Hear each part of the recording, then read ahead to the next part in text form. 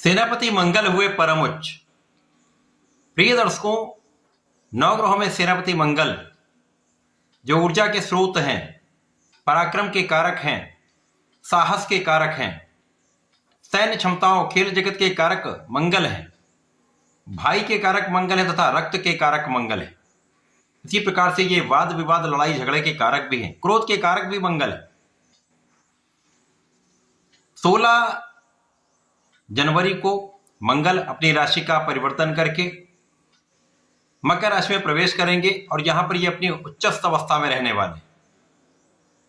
अब महाबलवान मंगल अपनी उच्च राशि में पहुंचकर निश्चित रूप से अत्यधिक बलवान भी होंगे, सकारात्मक भी होंगे तथा यहां पर एक महाराजयोग में मंगल का ये प्रभाव प्राप्त होने वाला है जो निश्चित रूप से समस्त राशि के जातकों को प्रभावित भी करेगा, कुछ बड़े तथा विशिष्ट लाभ भी प्रदान करने वाला है।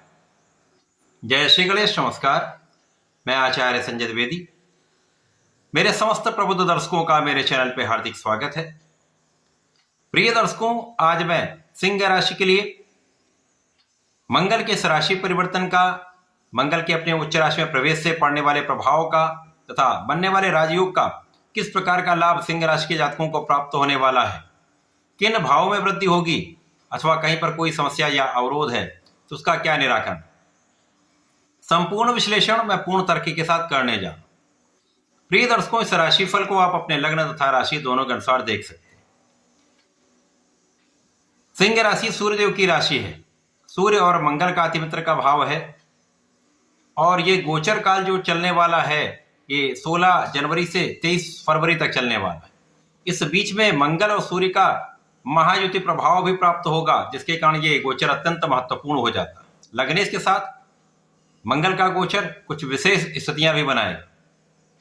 इसी प्रकार से मंगल अपने उच्च राशि में होंगे जहां पर एक पंच महापुरुष राजयोग, रुचक योग बन रहा है।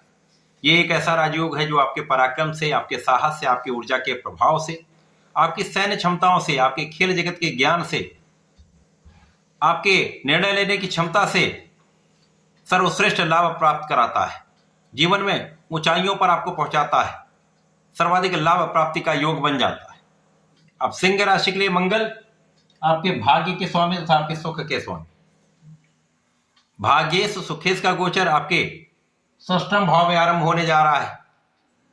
अब षष्ठम भाव चूंकि त्रिक भाव है, निर्बलता का भाव है, ये रोग ऋण शत्रु का भाव है, यहां पर समस्त ग्रहों का प्रभाव निर्बल होता है। यहां पर मंगल षष्ठम भाव में होंगे, सूर्य के साथ में होंगे तथा 2 अन्य ग्रहों का भी सहयोग यहां पर प्राप्त हो जाएगा। यहां पर शुक्र और बुध भी होंगे, जिसके कारण ये भाव अत्यंत प्रबल होने वाला है।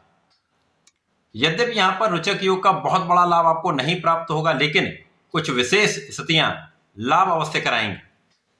इस मंगल के गोचर काल में आपके भाग्य का साथ आपको अवश्य प्राप्त होगा और जब भाग्य का साथ प्राप्त होने लगता तो बहुत सारे अवरुद्ध कार्य भी बन जाते हैं, या जिन कार्यों में कोई प्रगति नहीं हो रही होती उन कार्यों में भी आपको लाभ प्राप्त होने लगता है, गति आ जाती है, जीवन में एक नया परिवर्तन प्राप्त हो जाता है जिसका लाभ आपको मिलता है। और आप इस समय में धर्मज्ञ भी होंगे, धर्म के मार्ग पर चलेंगे जिसका भी आपको संपूर्ण लाभ मिलेगा। इस समय में लग्नेश के साथ आपका गोचर चल रहा है।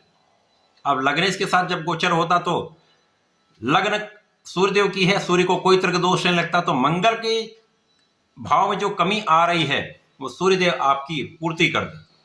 इस समय आप पराक्रमी तो रहने वाले, यहां पर कोई संदेह नहीं, तथा इस समय सबसे अच्छा प्रभाव यह प्राप्त हो रहा है कि आपके शत्रुओं का विनाश निश्चित। मंगल के इस गोचर काल में कोई भी शत्रु आपके सामने टिक नहीं पाएगा। इस समय में ऋण बढ़ सकता है, अतः इस समय में अनावश्यक ऋण लेने से आपको बचना चाहिए। यदि आप ऋण लेना चाह रहे हैं, व्यापारिक भाव को बढ़ाने के लिए चाह रहे हैं, तो निश्चित रूप से आपको प्राप्त होगा, कहीं कोई समस्या नहीं हो। लेकिन यदि आप किसी को धन उधार देते हैं तो यह धन कहीं ना कहीं आपके लिए समस्या का कारण बन सकता है, अतः बड़ी मात्रा में किसी को धन उधार ना दें। इस समय में आपके कुछ व्यय बढ़ सकते हैं, कुछ यात्राओं में आपका व्यय होगा, कुछ आध्यात्मिक कार्यों में, धर्म के कार्यों में आपका कुछ व्यय होगा, कुछ व्यापारिक यात्राएं आपके लिए अत्यधिक लाभान्वित करने वाली होंगी। जो आपको लाभ भी देंगी, आपके व्यापार को गति भी देंगी। जो कला जगत के जातक हैं उनको विदेश से अच्छा लाभ मिलेगा। विशेष रूप से विदेशों से अच्छे कॉन्टैक्ट प्राप्त होते हैं, तो अच्छा धन लाभ भी प्राप्त होता है। और मंगल का प्रभाव षष्ठम भाव में तो है, परंतु लग्न पर इनका प्रभाव है, और लग्न साथ में, तो कहीं ना कहीं यहाँ पर स्वास्थ्य समस्याएं कम होंगी। आपकी लग्न प्रबल होगी, आपके अंदर पराक्रम होगा, आपके अंदर साहस होगा, आपके अंदर निर्णय करने की क्षमता होगी, तथा आप कंट्रोल्ड होंगे। यहाँ पर आप बहुत नियंत्रित रहने वाले, तो ऊर्जा का सही दिशा में आप उपयोग कर पाएंगे। धन वृद्धि होगी, लाभ वृद्धि भी होगी, परंतु आय और व्यय के संतुलन को बनाना अत्यंत आवश्यक होगा। तो यहां पर धन के मैनेजमेंट पर आपको ध्यान देना चाहिए। यद्यपि यहां पर बड़ी हानि का कोई योग नहीं दिख रहा है, परंतु जैसा मैंने बताया, किसी को उधार धन नहीं देंगे तो समस्याओं से बचेंगे, वाद विवाद से भी बचेंगे, लड़ाई झगड़े से भी बचेंगे। इस समय आपकी कानूनी समस्याओं का निराकरण अवश्य होगा। इसी प्रकार से इस समय में खाने में अनियमितता के कारण या भोग विलास की अधिकता के कारण कुछ समस्या हो सकती है, अतः इन समस्याओं से बचने के लिए इनका त्याग करना चाहिए। इसी प्रकार से व्यसनों का त्याग करना आपके लिए अत्यंत हितकारी रहने वाला है। अब मंगल, चूंकि ये इनके अंदर जल्दीबाजी का गुण होता है, क्रोध का गुण होता है, तो यहां आपको वाणी पर नियंत्रण रखना चाहिए। बाकी क्रोध आपका नियंत्रित रहेगा, लेकिन किसी को यदि आप सीधे सीधे मुंह पर कुछ बोल देंगे तो वो समस्या का कारण बनता है, वो कहीं ना कहीं आपके लिए नकारात्मक बातें करने लगता है।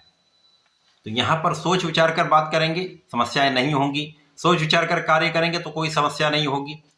यद्यपि इस समय में आपको धन प्राप्ति करने के एक से अधिक मार्ग मिलेंगे, धन का एक से अधिक मार्ग बनेगा, और धन का जब आगमन आपके पास होता है, धन सही मात्रा में आपके पास आता है, तो आपके सुख साधन बढ़ते हैं।